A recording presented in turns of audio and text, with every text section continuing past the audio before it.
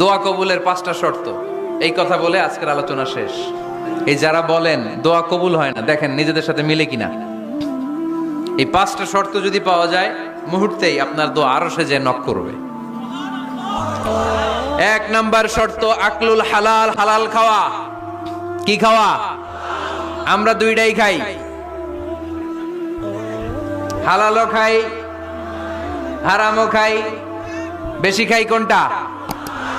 হ্যাঁ, কি খান? আমি কই নাই কিছু, আপনারাই কইছেন। নিজের উত্তরে নিজে ধরা না। হারাম খেলে তো দোয়া কবুল হয় না। লা ইয়াদখুলুল জান্নাতা জাসাদুন গুযিয়া বিল হারাম।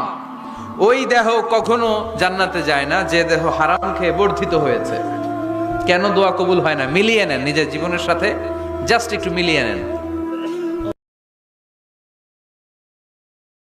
দোয়া কবুলের 5টা শর্ত, এই কথা বলে আজকের আলোচনা শেষ।